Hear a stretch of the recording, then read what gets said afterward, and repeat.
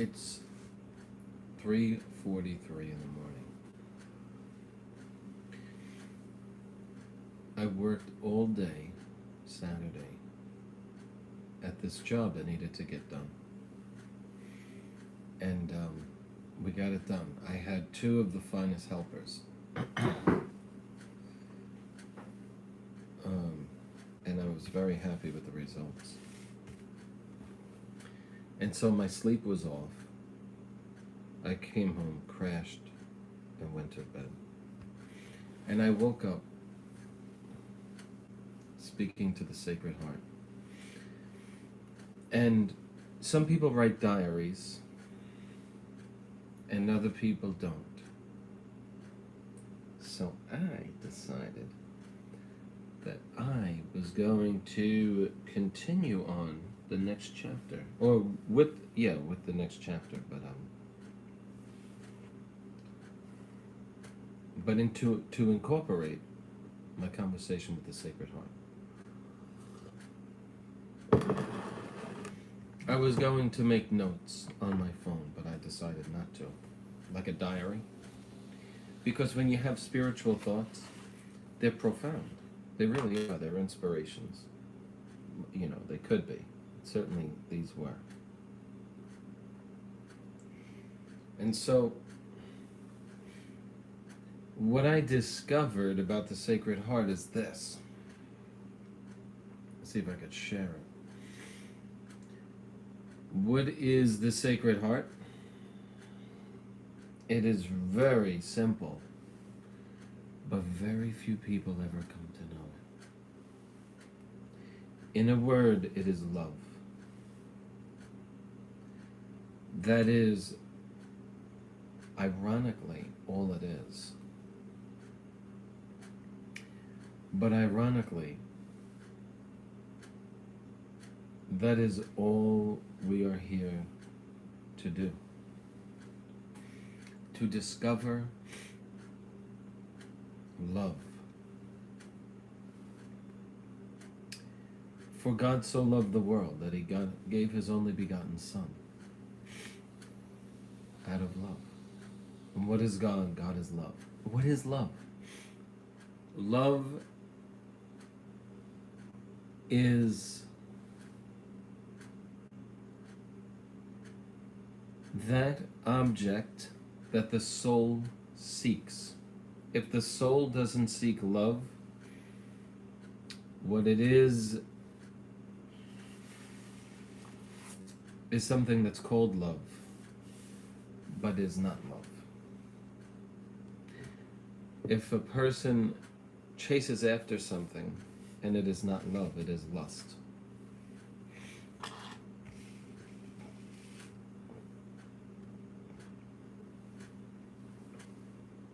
And what is this love? You know what I realized this when I woke up? That love is a profound yearning to be with the beloved, the one you love. And so, the reason I mentioned the diary is because I wanted to put these thoughts on paper. But who can type at 3 in the morning? So I said, no, don't do that. So, we're supposed to love. So what are you supposed to love? Jesus Christ. And if you fall in love with somebody, or if you love your mother, or your father, or your children, or your husband, or your wife, if the object of that love is not Jesus Christ, it's something outside of Jesus Christ. And so to really be loved, you know what? It's centered on the Sacred Heart. It's centered on God. And it's so pure and holy and good. And in the sight of God, if it's true love. But I realize something. Human nature, being so corrupted by original sin and actual sin, can corrupt true love in a second. And so you realize, if you love someone, you love, what you love about them is Jesus Christ. The beauty of the soul. And then you realize, if that's how beautiful love is, if you meditate on what love really is, you desire heaven. Because on this side of the grave, love is so easily and quickly and oftentimes corrupted due to the effects of original sin, that love can only be truly enjoyed in heaven. And nobody taught me that. I realized that. Because love, that's why the saints yearn for heaven. Because they knew their corrupted, I don't care who they were still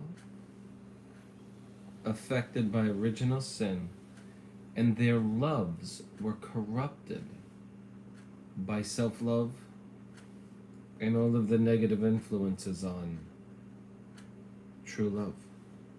And so you desire heaven because that is where you love your neighbor. And what do you love about your neighbor? You love their love for God. And it can never be corrupted in heaven. So in heaven you don't say, I like her, but, she did this, she did that. There's none of that. Because in heaven, all of that corruption is gone. And you love everybody there because of their love for God. That's what I realized.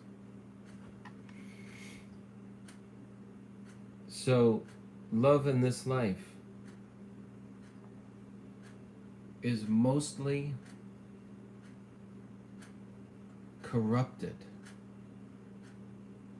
by the corrupted nature of the human being. Selfishness. A man loves his wife, but he angrily demands something of her and uses an uncharitable word. And so his love for her is corrupted by self-love. He says something that he regrets. But in heaven, there's none of that. You love God so much, and you're disaffected by the body, and love is purified. It's pure. And you love God perfectly within your capacity in heaven. And you love everybody there. There's no, I don't like her, what she does. There's none of that. Why do I even say this? Because I now realize what true love is. That's why I say it. True love. There can be no true love without Jesus Christ. It's impossible. There is a natural love. And it's so affected by original sin that even the best naturalist falls short, so far short of how a true lover should love. Because to love God is to obey His commandments. And so a true naturalist can love but fall so short of what love really is. I hope that makes sense. And so, if you truly love, you don't want it corrupted by the effects of original sin. And it could happen so quickly and so subtly that a saint desires to go to heaven because they know how corrupted their self-love is. And they realize that the only way to undo the effects of their corrupted nature is to die in a state of sanctifying grace and go to heaven. That's why the saints rejoiced at the hour of death. I finally figured it all out. Call me stupid, but it's the truth.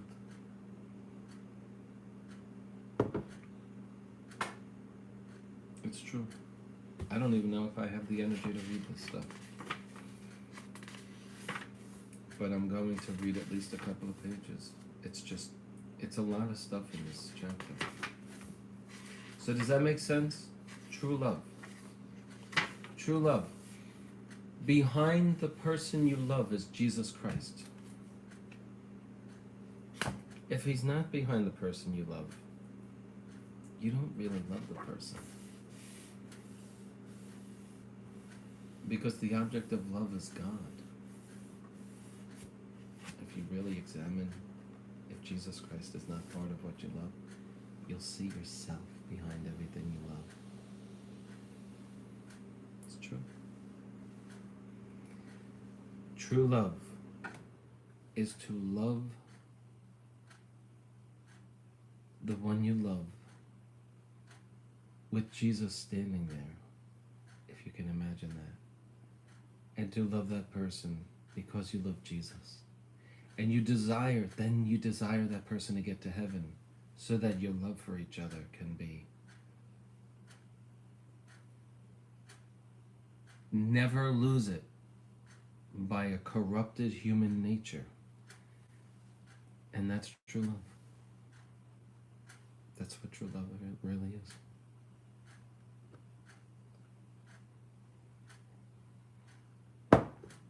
And so that's why the saints wanted to go to heaven. Because they tasted love here.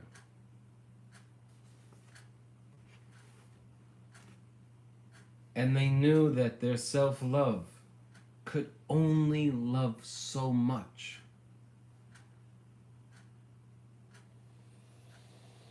Due to the effects of original sin. And they could never experience the full pleasure of love because they were trapped in this corrupted body that has to live here for a certain time, do its penance, and save its soul, which is never a guarantee. And so rather than take the chance, because of their disordered self-love as a result of original sin, they want to go to heaven because they don't want to lose their chance to love forever. And I only figured that out recently.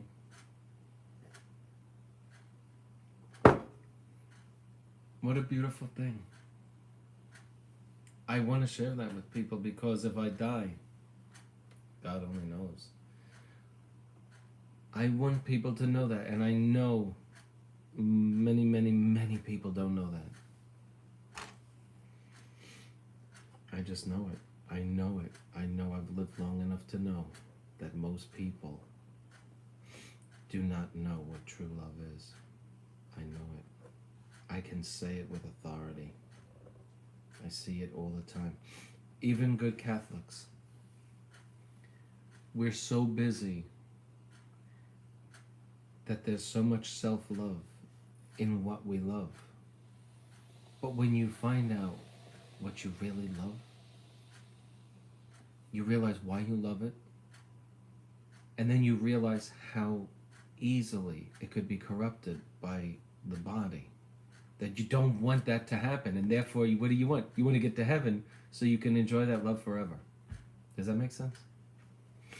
That is true love. It's true love. And that never is going to come out of a book. What a beautiful thing.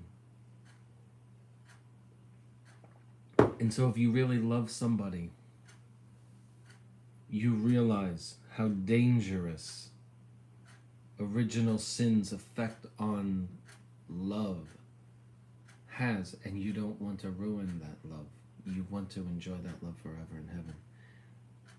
And that's one of the reasons why the saints pulled away from people, so that they could love them to the best of their ability without being affected by their self-love. I don't like what she does. I don't like what he does. Saint Therese spoke about it in the story of a soul. The nun, she would be saying her rosary, and her rosary would be hitting the thing. And she said she wanted to look back and give her a look, but she didn't. Because, what was it? The woman might not have even been aware of the fact that her rosary was hitting the pew and making an annoying sound. But because of her love for Jesus, she smiled. And so I make this video because of the object of love. If you don't love something because of your love for Jesus Christ, it is not perfect love by any measure. It's love, but it's peppered with self-love and it's so imperfect that it's... Does this make sense?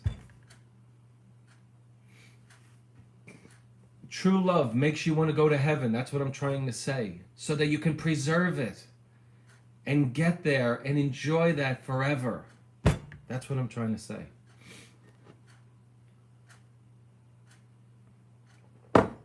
Otherwise, it's so selfish. Oh, he's handsome. She's pretty. Okay. That fades. And that's selfish. Like, oh, I like the way that makes me feel.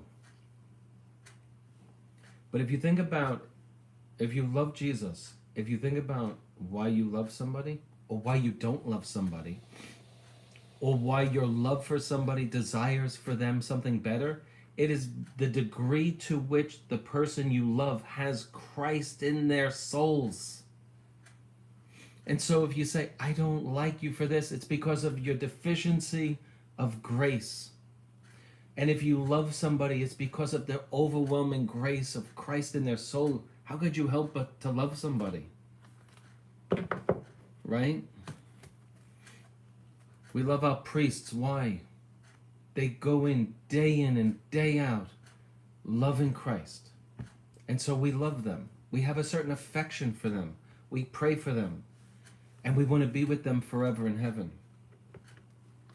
And when a husband and a wife love each other, truly love each other, they want to preserve that love. If they really understand the corrupted nature, they want to preserve that love unto eternity. And remove all of the occasions by which self-love inserts itself into everything. And the only way to enjoy true love is to make it to heaven. Because you'll never enjoy true happiness, fullness, the fullness of true happiness here. And before the resurrection, the people in heaven will not enjoy the fullness of the joys of heaven until they have their bodies. I read that in the happiness of heaven. Because we're corporeal beings, we need our bodies in order to be fully happy. And so until the resurrection, even those who are in heaven now, who don't have their bodies, which is almost every soul in heaven, they will not be fully satisfied because they need their bodies to enjoy the fullness of the beatific vision. So what am I talking about? I'm talking about true love. To love somebody because of your love for God and their love for God. That is true love. Okay. So I wanted to share that. I was going to make a note of it on my phone, but what the heck is the sense of that? So I hope it makes sense. What I'm trying to say is true love is love of another. It's like you see two things. You love somebody, and behind them is Jesus. And Jesus is radiating through them. And the degree to which you love them, if you love them purely, is the radiance of Christ that comes out of their soul. If it's not Christ, it's self-love. It's loving the wrong thing, and that's why so many marriages are failing, because people love the wrong things. And what do they find out? A couple of years into marriage, they didn't love each other. Right? You love the wrong thing. Christ doesn't change. Yes, somebody's love for Christ might change, and therefore they become less lovable. But what's happening today is there is no love of God. There's so much self-love, and then you see people for what they really are, and you say, this is an ugly thing, right? Isn't it true what I'm saying? I mean, come on. So it's a beautiful thing. And so the Sacred Heart is a lover. If we put it in human terms, he's dying for us, to visit him. Yeah.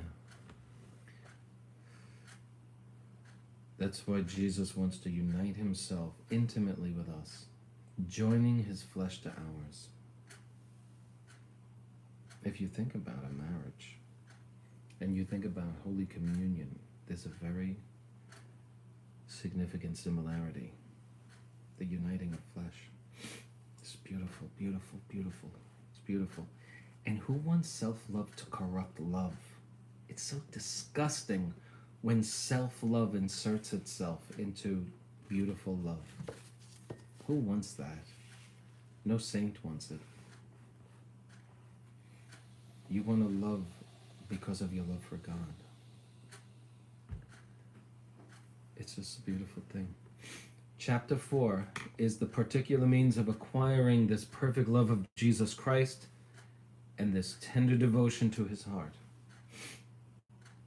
Besides the obstacles which we must avoid and the dispositions which we must have in order to acquire the perfect love of Jesus Christ and a tender devotion to his heart, it is fitting that we should suggest here the means which are most proper for this end.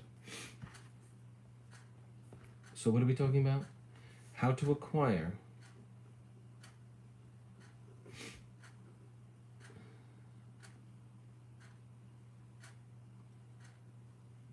That's right. And you may never find that person. But when you do, you will recognize true love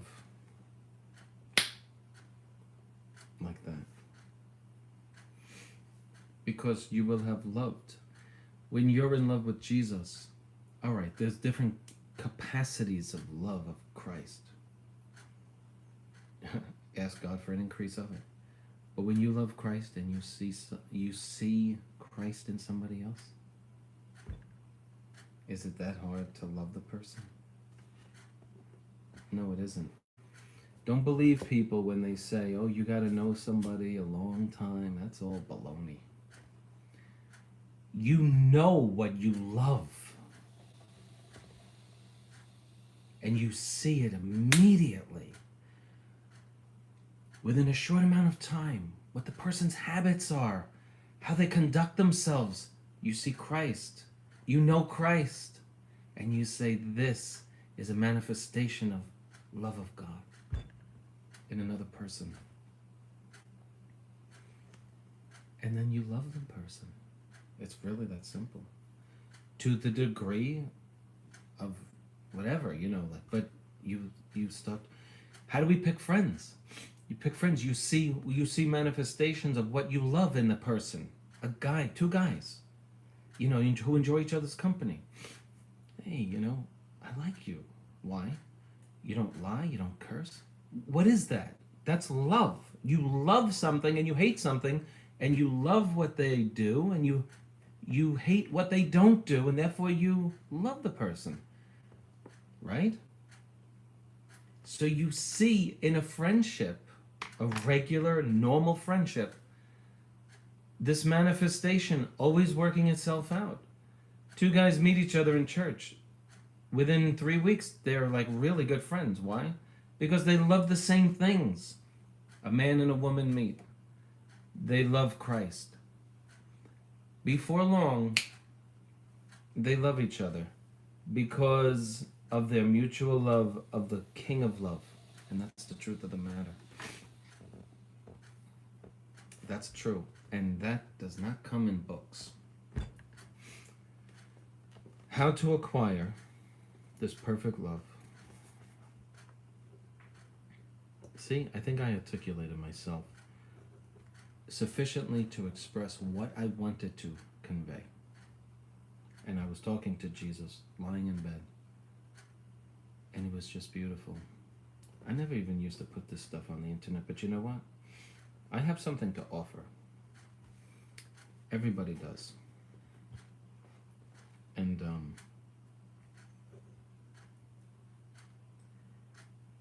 I want to share it with people who don't have it. But you know what? You can talk to you blue in the face.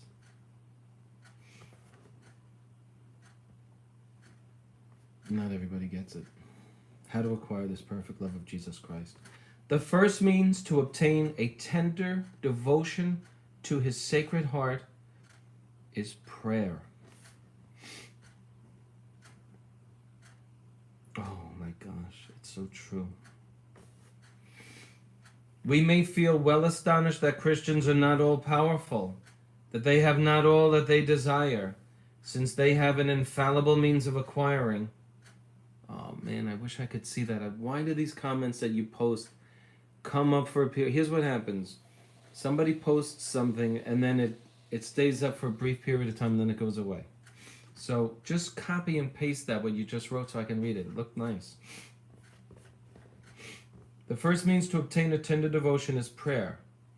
Listen to what he says.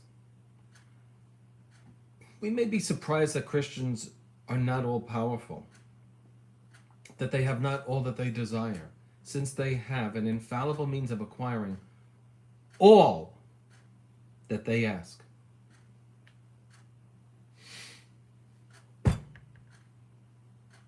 Did you just hear that? Since they have the means to acquire all that they ask, and this means consists in merely asking. That's just beautiful. Let me read that again. We may well be astonished that Christians are not all powerful, that they have not all that they desire. Did you hear what he just said? All that they desire. Since they have an infallible means of acquiring all that they ask, and this means consists in merely asking. You think Jesus Christ is going to give you something when you have not responded to his inspiration to love him? It's not a punishment that he doesn't grant your request. It's an impediment for you to love him. If he were to give you what you ask, and you are not fulfilling your capacity to love him, if he gives you what you ask, you're just going to be drawn away from loving him. Do you see how that works? It's not a punishment. He's calling you to love him. Jesus loves people differently. He loves some more than others. If he's trying to fill your cup with love and you keep asking for something that's going to distract you from loving him, he's saying, I can't give you that. I want to, but you won't listen.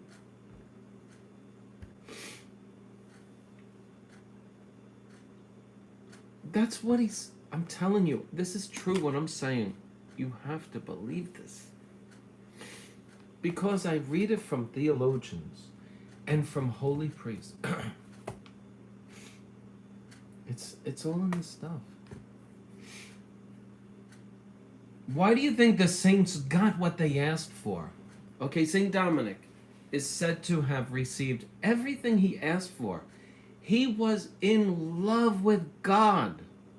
There was no impediment to his love for God if God were to give him something of this earth that was going to rot one day. You know what I'm saying? In fact, Blessed Claude de la Colombière, a contemporary of Father John Croiset, tells us oftentimes if God were to give you what you're asking for, it would be to your detriment. That's why. Love God perfectly, which includes necessarily the avoiding of sin, especially venial sin. I say especially because most people who are going to Mass are trying to avoid mortal sin. Avoid the ones that lead to... Think about how arrogant that is. Oh, I'm going to avoid mortal sin because I want to get to heaven. But I curse. I overindulge at the table. I only pray minimally. Come on. We're supposed to be in love. Every person is supposed to be in love. A priest, a man of God, is supposed to be in love. He gives up the beautiful wife to be in love with Christ. And the man who's not called to the priesthood is in love with his wife because of his love for Christ. So much so that he would quickly give his life to preserve hers. That's how much in love he tells her, I love you, I'll see you in heaven. To preserve her life. Not today, though. Not today. Marriage is so corrupted today. It's corrupted by self-love. And you see it in divorce. They go from one to the other to the other. I work for people, they're all divorced. All of them. And I feel bad for them. What are you looking for? You know what they're looking for? And I believe if people lived longer, the average divorce would be twice divorced, not just once. You know why people aren't divorced twice and 3 times mostly? They can't afford it. They can't afford to go through it again. So they're just... I saw, and I'm not trying to be funny here. I'm sure everybody who listens to this will have an... It's cheaper to keep her. I saw that shirt on somebody.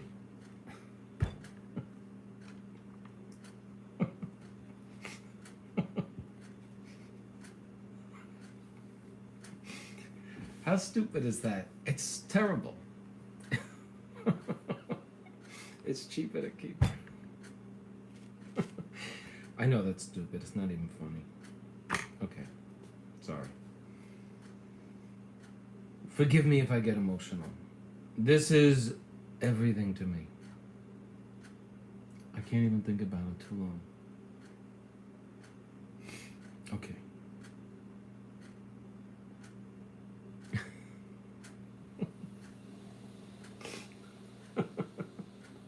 It is, isn't it?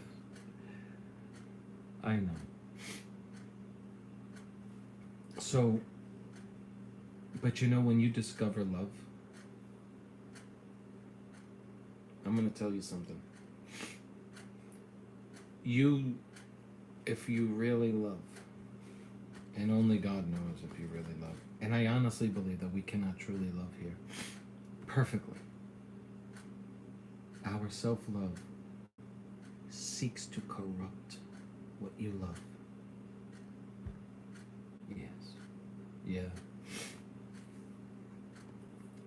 All of us are so affected by original sin that even our best and most pure loves can so quickly become, I like to use the word dirty. Once you take your eyes off of Christ and you look at what you love. Look at food, for example. You take a look at food. Once you overindulge, you've made something dirty out of food.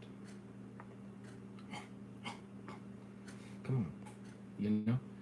If your belly is like hanging over your belt, chances are you've loved your food too much. And you should look at that as an evil. Like, it's usually a venial sin. Usually, Bishop Sanborn says that. I'm not saying it's like, but it leads to other sins. Did you know that overeating and impurity are related?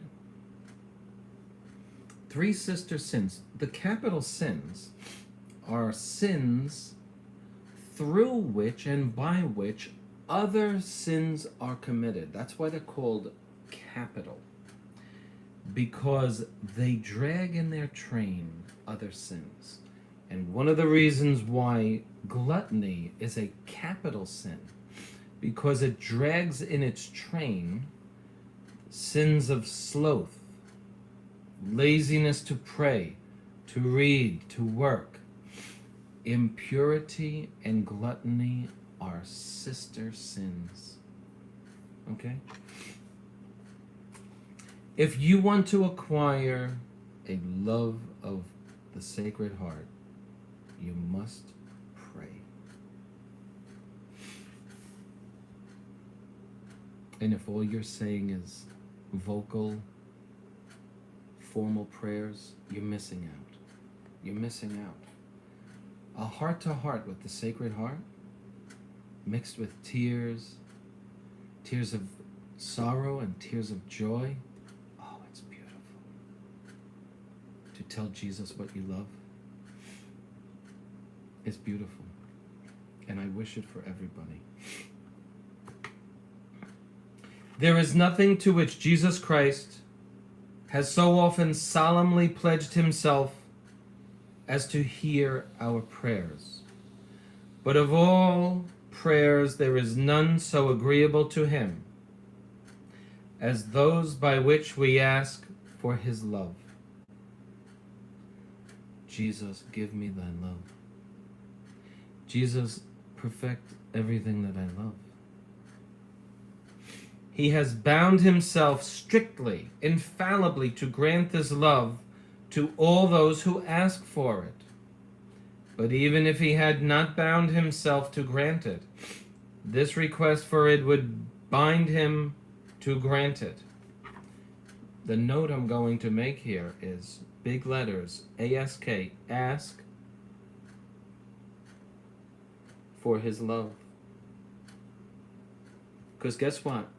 If you don't have his love, you don't love anything but yourself.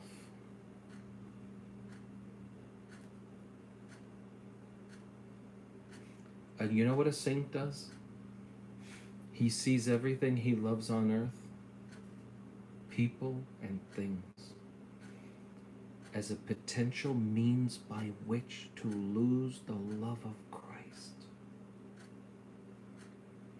And that's why a man and a woman who are dating and who are in love know they can't spend too much time together. They know it. Why? Because that pure love, once it's breached, is dirty. It's dirty. You can go to confession and undo the offense to God and be forgiven for it, but you have dirtied that love. Make no mistake about it. The pure love between a man and a woman. Dating is a necessary occasion of sin. Gotta find a spouse. And so a man and a woman are physically attracted to each other. Obviously. Think about it. When a man and a woman go out on a date, two good Catholics, what do they want to do? They want to have babies, right? There's an attraction there. right then and there, that desire is so strong. To make believe it doesn't exist is stupid. And so when you think about dating,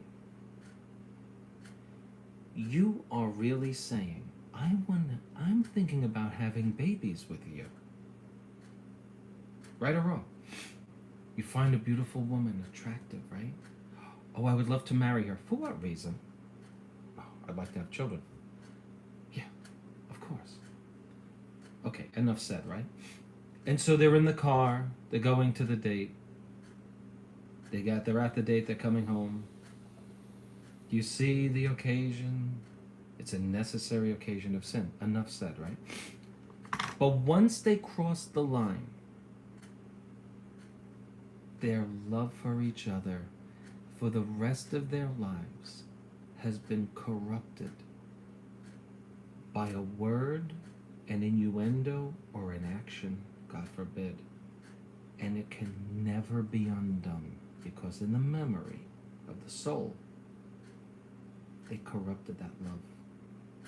And they've sullied it forever. Forever, forever, forever. Call me crazy, but once a man and a woman let their guards down and allow themselves to be conquered by self-love for 5 seconds,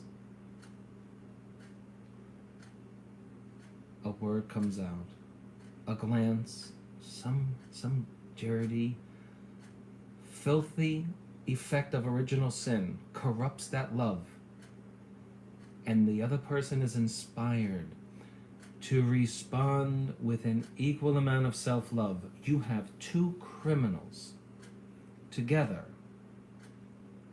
no longer pursuing, even if it be for a moment, no longer pursuing true love. Do you see why this is exactly what I was meditating about?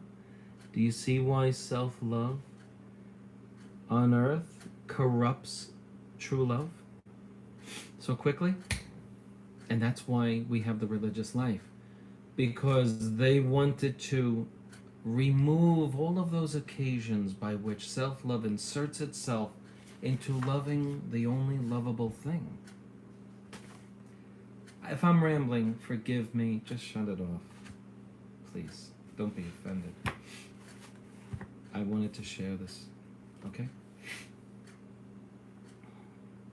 Prayer. Jesus Christ has done all that we can imagine, even more than we could imagine, to induce us to love him.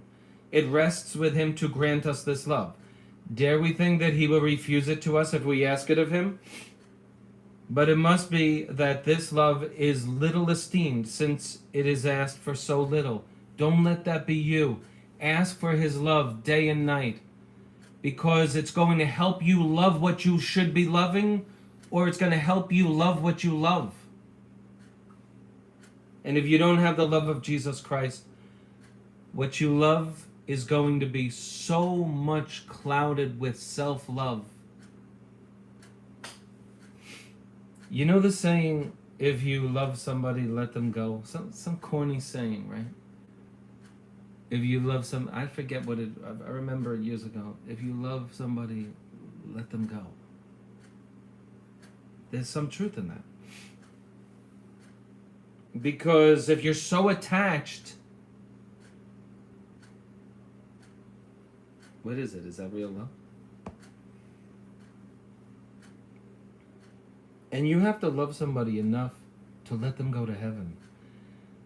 Oh, my father's dying. My mother's dying. Yeah, I know this might sound cold. Yeah, your mother's dying. Isn't it time? She's 81. Why are you falling apart here? If the person has lived a good life. If they haven't, obviously there's reason to worry. But those tears are not out of fear of hell. They're always fear. Oh, God. You know, I realize I'm a man. I'm less compassionate than a nice lady would be. I realize that. Trust me, I realize that. But to get all bent out of shape because you're losing somebody you love is so selfish. It really is. Yes, we will feel sorrow. Yes. But there were people in New York, right? I'm not going to mention the ethnic group because people get offended when you do that, and I don't want to offend anybody. They would wear black. My father died. My grandfather died. I gotta wear black. How long? At least a year. This is why it's important to raise your kids Catholic. Because other people, with their cultural stupidities, they affect people. Where's your Christmas tree? It's December 23rd. What Christmas tree? My father died. When did your father die? Last Christmas. I can't put up a Christmas tree. I can't give out Christmas cards. My father died. What? Where'd you get this from? My grandmother did it. My grandfather did it. Your father died, so you can't put up a Christmas tree? Yeah, we wear black. How long are you going to wear black? The mother would wear black for the next 5-10 years because the old man died. Come on.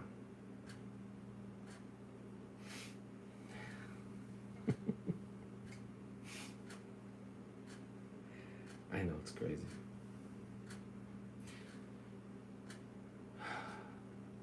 Jesus Christ has done all that we can imagine, even more than we could imagine, to induce us to love him. It rests with him to grant us this love. Dare we think that he will refuse us if we ask him? But it must be that this love is little esteemed, since it is little asked for. You are astonished that you do not love Jesus Christ ardently, since this love is so just and so conformable to reason. But you should be still more astonished if you loved him without praying for this love. You should be surprised that you love him, since you haven't prayed for it, since it is the greatest of all of God's gifts. Of all the means for obtaining the love of Jesus Christ, this is a rule now, there is none more efficacious than prayer. He didn't say Holy Communion. Prayer. There is none more efficacious to obtain the love of Jesus Christ than prayer. That's important, okay? We got to underline that. Of all the means. Oh, man. Come on. How you doing? Yeah, my mother died. When she died? 5 years ago. I don't put up a tree. Now, you don't put up a tree because you're lazy. Yeah, right, yeah. Got to get the tree out. My mother died. So it's not because your mother died. You're just lazy. Okay. Of all the means for obtaining the love of Jesus Christ, there is none more efficacious than prayer. And there is none easier. Okay. I'm making big letters here. There is no means more efficacious. There is no means more efficacious than prayer. To acquire this love. Jesus Christ. I ask all of you to please ask for this love. It might be said that the very motive that Jesus Christ uses to induce people to adopt this means frightens people away from it. It might be said that the very motive that Jesus Christ uses to induce people to adopt this means frightens people away from it. He said, ask and you shall receive. In other words, he's saying people are afraid to receive it. If you ask, you are sure to be heard. But as St. Augustine says, we seem to be afraid that God will hear our prayer too soon. Do you understand? He's saying, you don't want it. We are afraid that if once we were heard, our love would induce us to become more recollected. What will this love produce? Love will produce, so I write the word love and an arrow, which means love causes this. That's my shorthand. Love produces what? Recollection.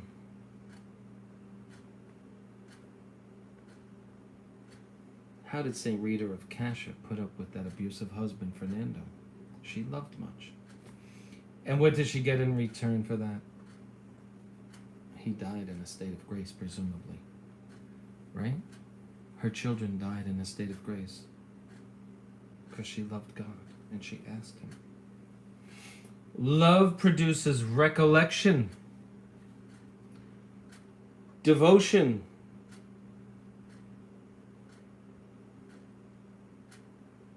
and holiness.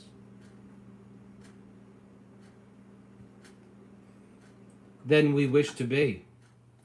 We fear that if we loved God ardently, we would have nothing but disgust for everything we formerly loved and for what we still love. In a word, it seems that we fear that we could not help loving Jesus Christ. But, O my Savior, pay no attention to these fine sentiments which we detest as soon as we perceive them. Give us only thy love and thy grace, and with these we are rich enough. How we should be disgusted with everything else, if opening to us thy sacred heart, thou wouldst make us once taste the sweetness that is found in loving thee. Let us pray for this love often. It is impossible to pray for it perseveringly and not obtain it. It is impossible for you to pray for love of Jesus Christ and not get it. It is impossible to pray for it perseveringly and not obtain it. It is an easy and efficacious means. In this matter, it may be said that the very asking obtains for us this love. You get it right away. Jesus, grant me thy love today. And let us not fear that by making either excessive or pressing demands for his love, we shall offend Jesus Christ either by our indiscretion or our importunity, our demanding, our labor. Importunity comes from the Greek word impudens, impudens, which means shamelessly laboring. And I go right to the Canaanite woman who shamelessly labored to obtain what she asked. She begged in front of a large crowd, screamed out in front of a large crowd. They're like, shut her up. Doesn't she realize what she looks like? Here, this is crazy. 3 times, Jesus, son of David. And he said, you're a dog. She said, I am a dog. Give me this. He said to her, great is thy shameless, laboring love of me. Great is thy faith. Have what you ask.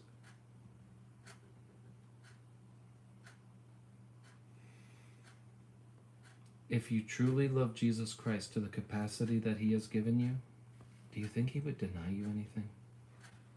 Honestly. Unless it's harmful to you. Do you think he would deny you anything if you love him to the extent to which he has capacitated your soul to love him? You think he would say, no, I'm not giving it to you. That's the way we think. That's not the way he thinks. We may say no because we don't have to give. After all, a man only has so many resources, right? A rich man, if he gives away from his riches, he has less, right? But with God, when he gives you something, there's no depleting what he has.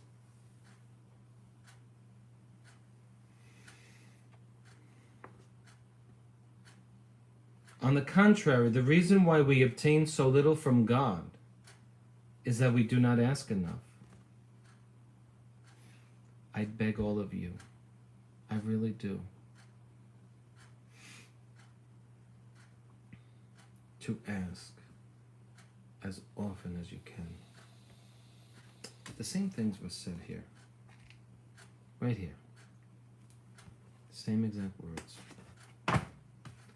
And that is to ask. Same exact words. He said, we are not insistent enough. I cannot say, I've been studying this for years.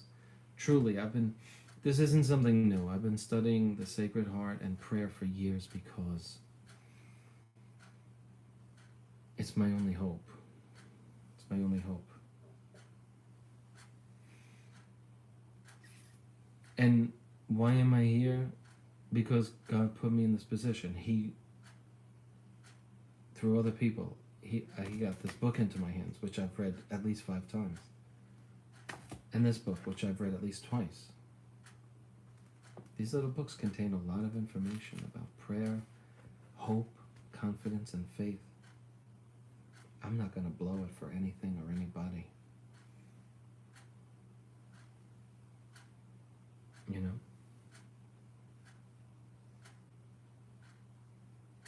I'm done with that in my life. Offending God, jumping back on the saddle. I don't want that in my life. Nope.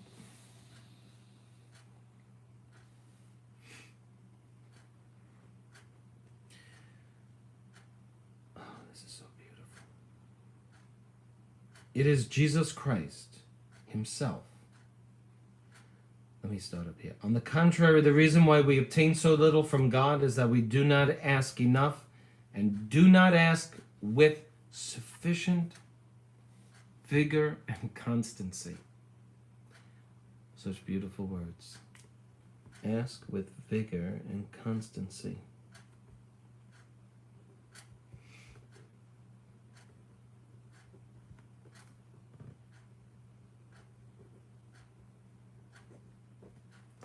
These are amazing words.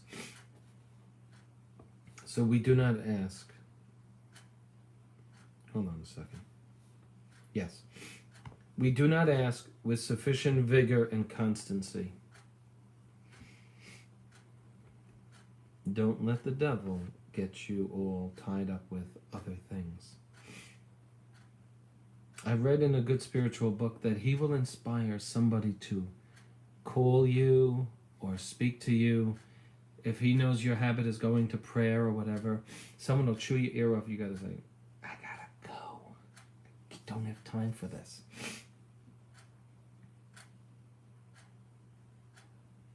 It is Jesus Christ himself who has given us, as an example to be followed by us, the parable of the man who obtained his request by his very importunity.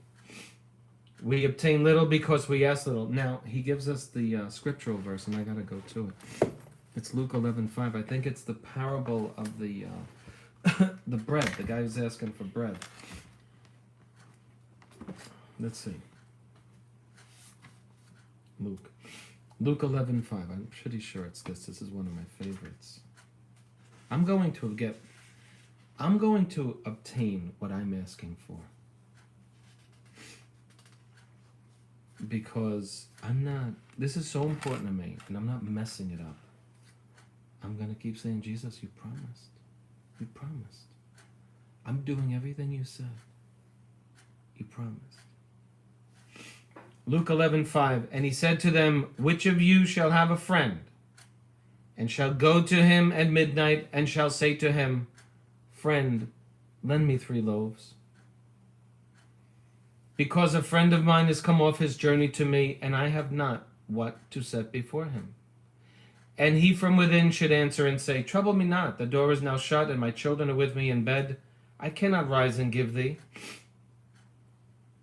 Jesus continues, "Yet if he shall continue knocking, I say to you, although he will not rise and give him, because he is his friend, yet because of his importunity, he will rise and give him as many as he needs." Why can Jesus say that about the guy? Who created this human nature to be so compassionate? Wasn't it God himself who inspired? You ever see really evil people do nice things sometimes? Why is that? Because they're made in the image and likeness of God. He says, yet because of his importunity, he will rise and give him as many as he needs, because he's made after me. That's the way I am, Jesus says. And I say to you, now he turns the story on himself, ask, and it shall be given you. Seek, and you shall find. Knock, and it shall be opened to you. For everyone that asks receives, and he that seeks finds, and to him that knocks it shall be opened. Is there something in your life that you want opened? Is there something in your life that you want done? Isn't that what he's telling you?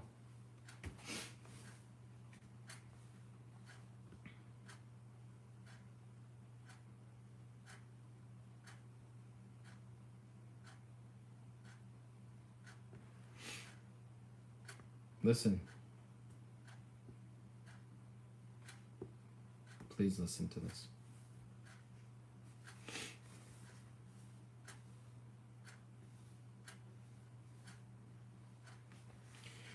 We obtain little because we ask too little.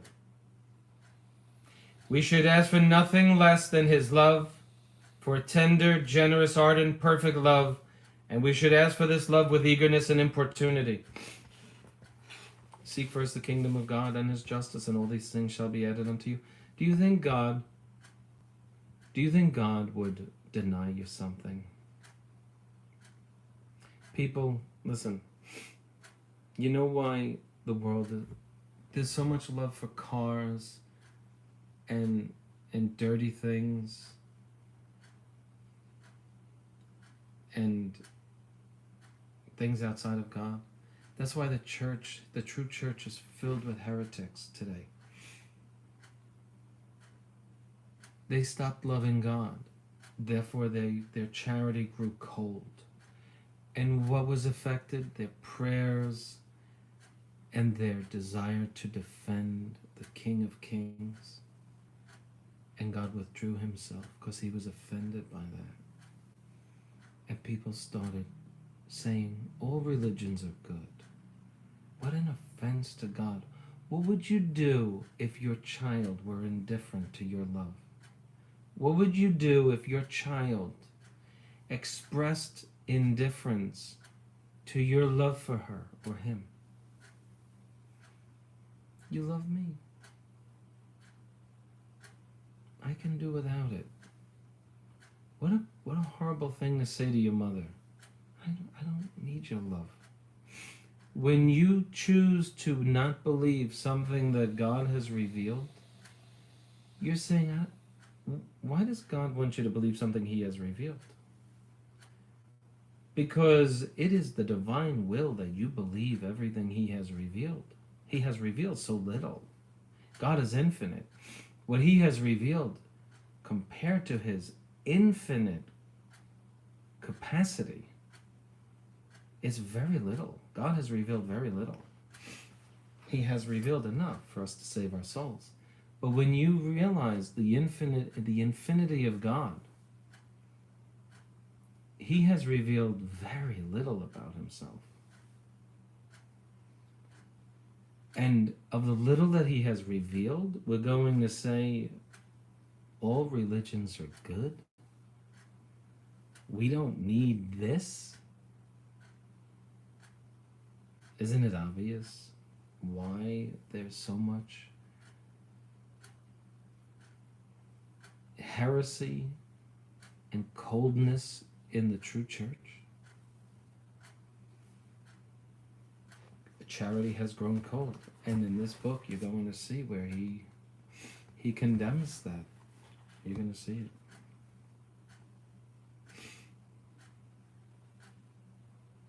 We obtain little because we ask too little. We should ask for nothing less than his love. We should ask for this love with eagerness and importunity, since Christ has promised so solemnly not to refuse us anything we ask. We may be sure that he will not fail to keep his promise. Let me read that again. Since Christ has promised so solemnly not to refuse us anything we ask, we may be sure that he will not fail to keep his promise. I emphasize that because Father John Croiset was commanded by Christ through St. Margaret Mary to write this book. Don't ever forget that. Don't you think God guided his hand as he wrote this? It often happens that we do not know what to ask for. We would do wrong to Jesus Christ, and we would show that we do not trust him if when we ask for his love, we were to doubt that we would be heard. If you're asking God for something, if you doubt that he's hearing you, which is stupid. If you're on your knees asking God for something and you say, I wonder if he's hearing me. If you really believe that, it's one thing to say, are you hearing me, Lord? Because you know what you're really saying. You're not giving this to me. You know he's hearing you. You know you're speaking to somebody. You don't really mean, do you hear me? You're saying, are you going to do this? But when you doubt that he's hearing you, which I heard a man tell me that once. He prayed and he said, I wonder if I was just praying to the air. So he really doubted if God was hearing him. He didn't get what he was asking for, that's for sure. It often happens that we do not know what to ask for. We would do wrong to Jesus, and we would show that we do not trust him. He's defining a lack of trust. And how do we know we don't trust him? If when we ask, in this case for his love, but in anything, we were to doubt that he would hear us, especially if we ask for it sincerely and eagerly. Okay, qualifiers. Sincerity and eagerness.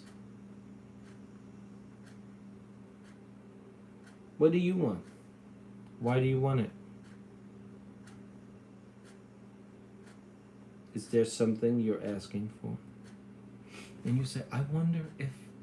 Don't you think God knows the moral law? Don't you think God can reconcile what you want to his law? If you really love him, leave it in his hands. Lord, this is what I want. Here's a good way. If this is not your will, crush it. Take it away. It's dirty. If it's dirty, Jesus, take it away. Forgive me. I'm only a little creature. Forgive me. This is what my heart desires. Take it away if you don't want me to have this. We're only creatures.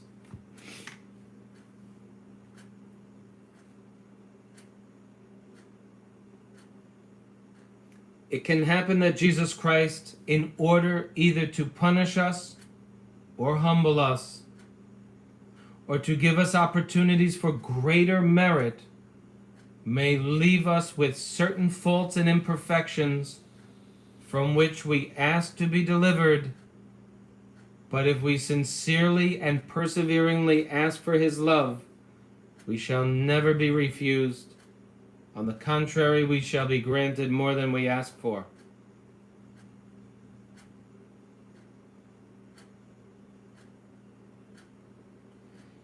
He may leave us with faults and imperfections, but if we sincerely and perseveringly ask for his love, we shall never be refused. O my Savior, thou hast said, I am come to cast fire on the earth, and what will I but that it be kindled?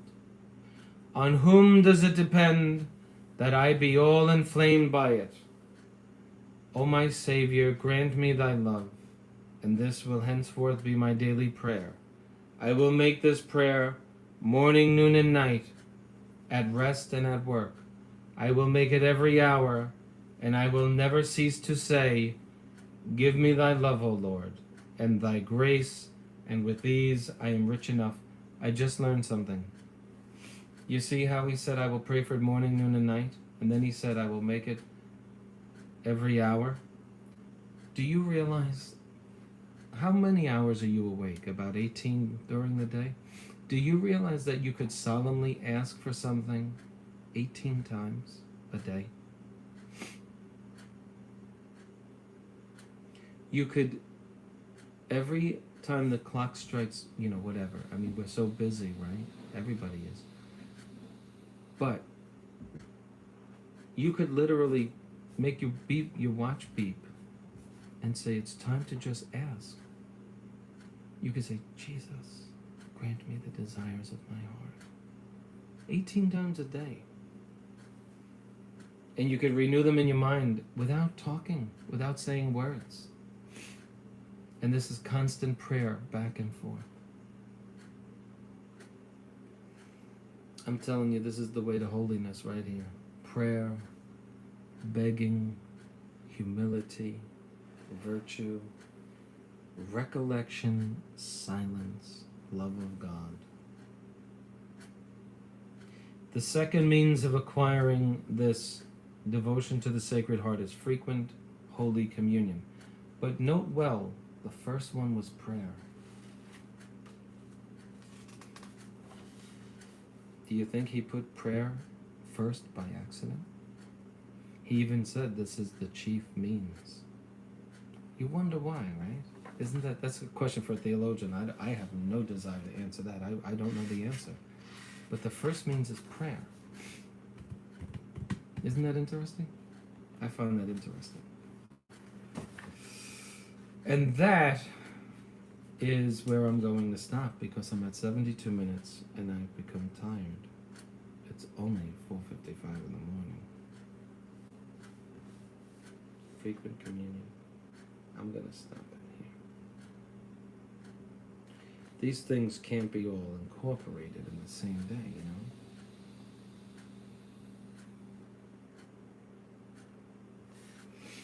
Okay, frequent Holy Communion.